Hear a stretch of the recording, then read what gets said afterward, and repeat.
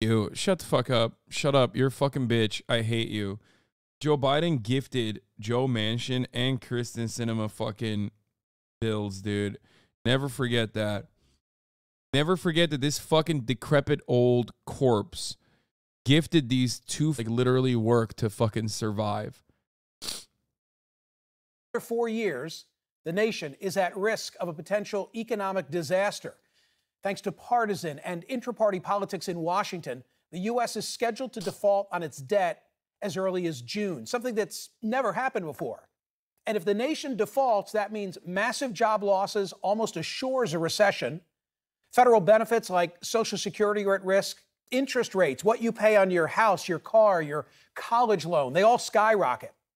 The stock market, it tumbles, dragging with it your 401ks.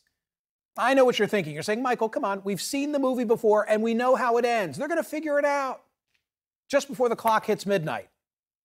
Since 1960, Congress has acted 78 separate times to permanently raise, temporarily extend, or revise the definition of the debt limit.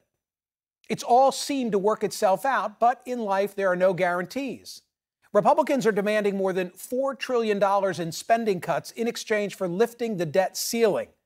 But President Biden insists that budget talks shouldn't be included in something this consequential, even as some in his own party are pressing him to negotiate. This is his job. This is the responsibility of the leader of the... Hey, fuck you. Shut the fuck up. Shut up. You're a fucking bitch. I hate you. Joe Biden gifted Joe Manchin and Kristen Sinema fucking bills, dude. Never forget that.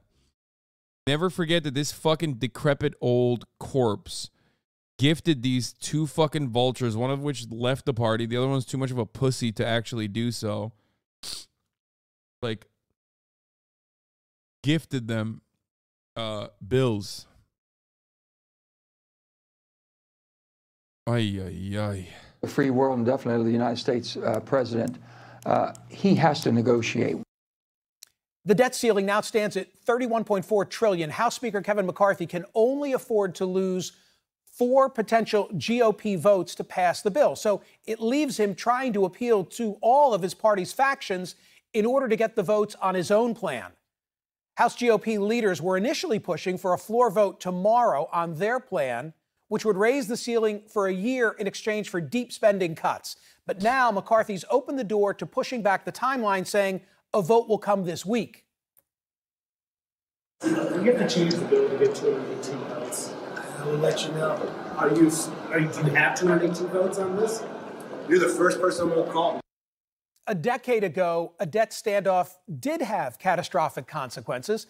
As the Washington Post notes, that fight in 2011 between ascendant conservative Tea Party Republicans and President Barack Obama rattled the stock market, precipitated a downgrade in U.S. credit, and ultimately cost taxpayers more than $1 billion. You know who led?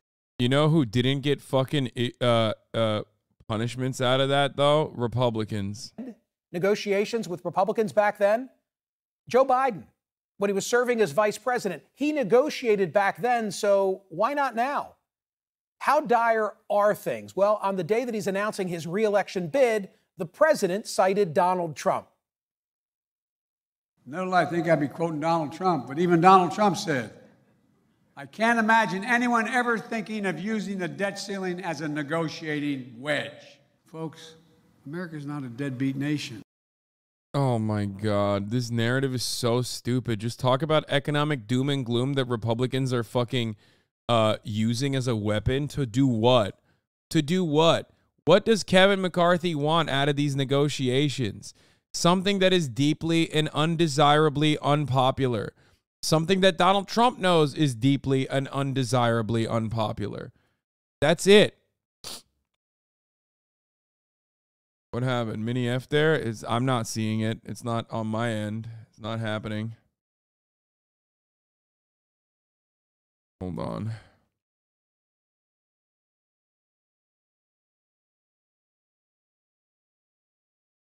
Hold on. I'll run my Windows MTR, but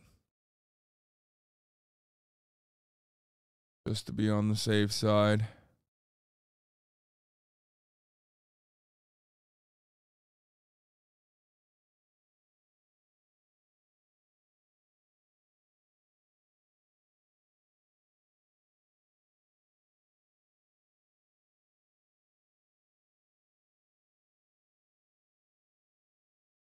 Every time there's like a mini baby hiccup, I'm like freaked out. Anyway, let's see how this works. It was 1 second. Chat is dumb. I mean, it's okay. Let's continue. We pay our bills. By the way, under Trump, the U.S. debt increased by nearly $8 trillion, and Congress voted to increase the debt ceiling 3 times without demands. But Republicans are now seizing on the issue as leverage. This brings me back to McCarthy and a massive leadership test. He has a caucus of 222. He needs to secure 218 votes to pass his plan and send it to a near certain defeat in the Senate. If he loses 5, he can't get it done unless... What are they going to do? Like, you're really telling me that, like, Republicans in contested districts in the House are going to be like, yeah, we want to fucking make sure that we cut social safety nets further right now. Like, that's the reason why we are doing our very best to, like, just hold a gun to the head of the global economy, not just the American economy. It's so fucking stupid. And I don't think it's going to happen. But, hey, what the fuck do I know? The Republican speaker has stuck to partisan bills that have kept his party united. That ends with a tough vote to raise the debt limit in exchange for spending cuts. Like, do you really want the entirety of the National Republican Party to be hammered with, like, they want to fucking make the old people die? Like, this is such a bad move that I'm surprised Donald Trump hasn't come out and talked about it. Like, no one is demanding this. The National Republican Party is, like, not on board with it. Most of them don't care about the optics of spending cuts. They care about being primaried from the right if they don't vote for it. Yeah, but it doesn't fucking matter. It doesn't matter because, like, I mean, I guess that they are relying on the Democratic Party's feckless ineptitude that will that gives them a lot of leeway to do these insane things because they won't suffer any punishments. At least on the narrative front, because the Democrats are wholly incapable of doing anything that's good. But having said that, it's still something that is so... McCarthy himself is internally weak. And also on top of that, like, there are Democrats in contested seats that are not only worried about being primaried from the right, but, like, a lot of people recognize that this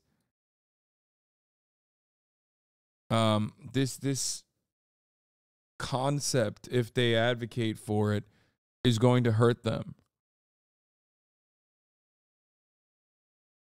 Conservatives, when the country's about to break... No. Conservatives would kill their voter base. That's true.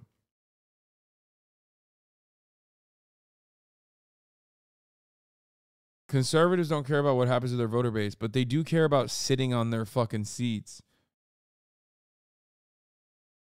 And, like, in this day and age, spending cuts are not necessarily a narrative that actually works. I mean, Donald Trump fucking literally beefed up the economy and gave, like, direct stimmies, if you remember, during COVID. You know what I mean? It's not like a thing that Republicans... City. This is funny.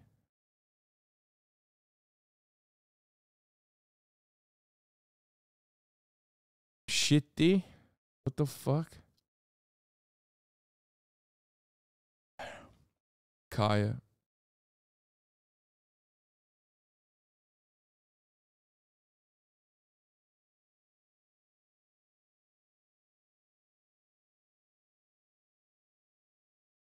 President Biden has dismissed it as a MAGA economic agenda that includes spending cuts for working and middle-class folks. I mean, that's precisely what it is. God, I love this dog so much. They and other Democrats have condemned the legislation as recklessly austere, and fiscally misguided, and argued that in pushing it, Republicans are precipitating a debt crisis by tying unreasonable conditions to any vote to lift the debt ceiling. The statutory borrowing limit is expected to be reached by this summer, pushing the country into default unless Congress acts to raise it. It's such a stupid fucking tool, too. The debt ceiling, also called the debt limit, is a cap on the total amount of money that the federal government is authorized to borrow via U.S. Treasury securities, such as bills and saving bonds, to fulfill its financial obligations. Because the United States runs budget deficits, it must borrow huge sums of money to pay its bills. America hit its technical debt limit on January 19th. The Treasury Department will now begin using its extraordinary measures to continue paying the government's obligations. These measures are essentially fiscal accounting tools that curb certain government investments so that the bills continue to be paid. Those options will be exhausted by June. What's at stake? Once the government exhausts its extraordinary measures and runs out of cash, it would be unable to issue new debt and pay its bills. The government can wind up defaulting on its debt if it's unable to make required payments to its bondholders. Such a scenario would be economically devastating and could plunge the globe into a financial crisis. It could, and it would, actually. Here, let's watch like a YouTube video on what the debt ceiling is and what the fuck this means. You know what I mean? How about that? I'm sure there's like a Vox explain. One of the debt plan holdouts is Matt Gaetz. Yes, the same thorn. Thanks for the content lately. Been helping with a bunch of shit. With some shit in life. Yeah, like being perma-stuck as HasanAbi on Twitter. Right, Carter? No, I'm just kidding. I hope everything's all right, man. In McCarthy's side, who delayed his election as Speaker. The GOP congressman from Florida, he joins me now. Congressman, welcome back. So when did Republicans find religion on spending? Well, I think you've seen a little more than a dozen of us never vote for an increase in the debt limit. And so to do so, there has to be substantial downward pressure on spending. We're deeply concerned about a $32 trillion debt, what that means in terms of the dollar's position as the global reserve currency, and the extent to which government spending is driving the very inflation that we were elected to check. So we think Joe Biden should negotiate. That's what Democrat Joe Manchin said. That's what Democrat House member Jared Moskowitz said. And I think the American people understand that those negotiations are necessary in divided government. My parents always said time and a place when they were raising my brother and me. Is this the time? Is this the place? And what I mean by that is we've already made these commitments. It would be like me with a spending problem. Instead of curbing my spending, now instead risking default and saying to creditors, no, I'm not going to honor the commitments that I've made. No, I speak from personal experience when I say that when you've maxed out your credit cards, it's a pretty good time to evaluate your spending habits. And in the 7 years I've been in Congress, we haven't honored the true budget process even once. And so the debt limit presents a unique opportunity to try to put downward pressure on spending. 4 times when Joe Biden, as a United States Senator, voted to raise the debt limit, he demanded corresponding spending cuts. When Joe Biden didn't vote to raise the debt limit, he said it was because there weren't spending cuts at times. So if we had Joe Biden as president with the same perspective as Joe Biden as vice president or as senator, we'd probably... The worst part about this is that, like, there is some truth to what he's saying, because Joe Brandon has historically been like this fucking you know, let's negotiate with the Republicans cuck. So you know, he can just point to like the many times when Joe Brandon has negotiated with the Republicans and been like, man, guess what, you know, look alive, Jack, we'll do some spending cuts for you. Have more negotiating going on now than we do. Are the issues that you personally are raising, are they worth delaying this whole process? My understanding is that you're fixated on work rules and whether they begin in fiscal year 2024. I don't want to lose everybody in the weeds versus fiscal year 2025. It seems like you're tinkering at the margins.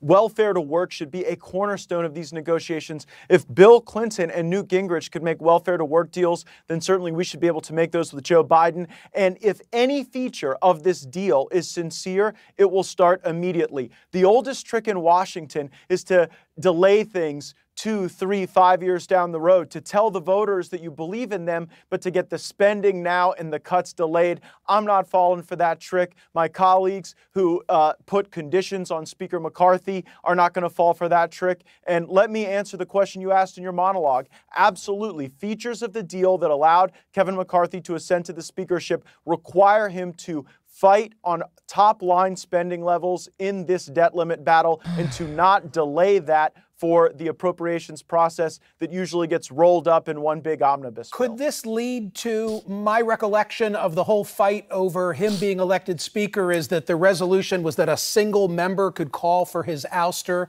You correct me if I'm wrong. Could this lead to that? Could you or one of your colleagues conceptually be calling for his ouster because of this impasse?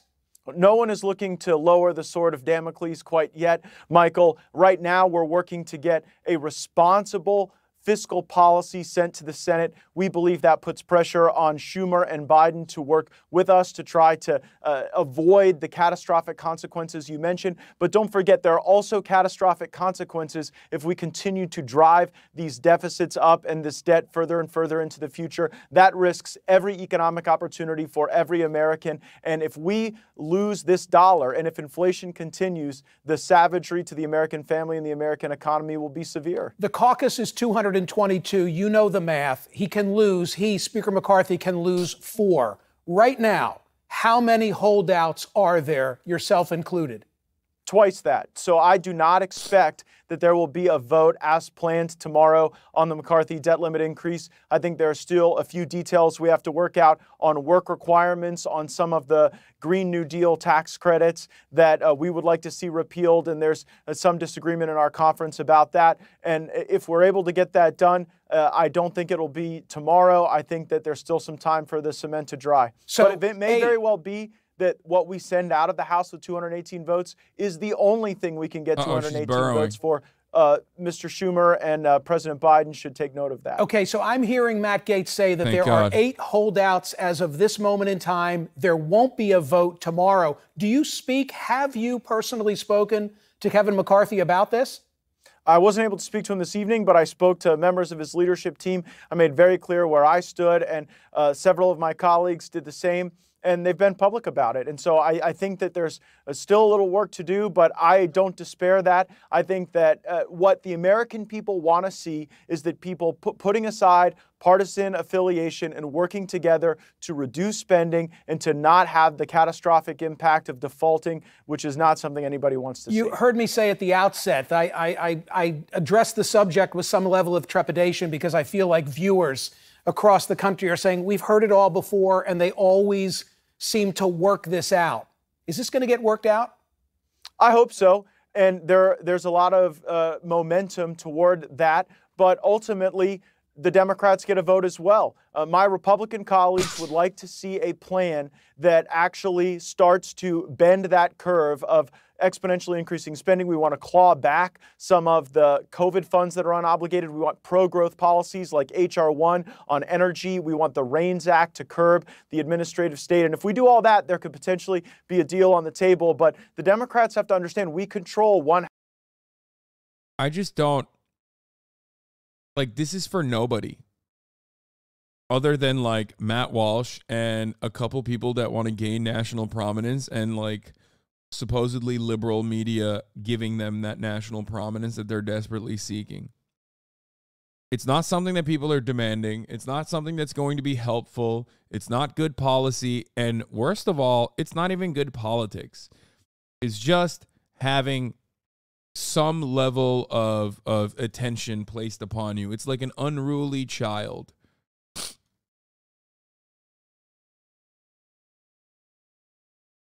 No question about the FBI investigating him. Remember, they dropped it, so he's of course his Venmo to the 17-year-old girl was totally valid, and his friendship with like currently in jail pedophile was just totally normal and valid, and so we just don't know.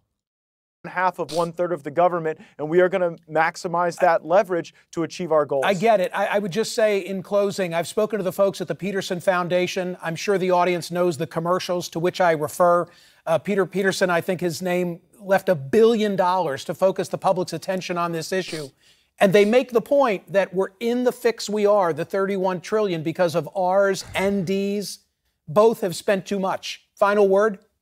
I am eager to work with any Democrat who can see areas of our federal spending where we can curb and cut. Maybe we could agree to spend some less money to Ukraine. I mean, if we're at the debt limit for... Yeah, man, that's what you actually want, truly. Yeah. It's like, dude, how about you focus on spending money at the top of the hour in the form of a $5 a month subscription, okay? Because at the top of the hour, there's a 3-minute ad break, and if you no longer want to see those ads, as many people don't, totally valid, totally normal, then all you need to do is subscribe, which you could do for $5 or for free with a Twitch Prime by connecting your Amazon Prime account through your Twitch account, where you get 1 free Prime subscription a month. Use it on your favorite broadcaster. Hopefully that's me. You know what I mean? You can also get gifted a sub if you're lucky. Yes, for the chatters who are noticing, I am sick. I'm sick. Sick and tired of you motherfuckers watching ads at the top of the hour. Subscribe so you avoid it. No. Yeah, I haven't been sleeping a lot for obvious reasons, and everything is going to be fine. Everything is I'm going to get better. Just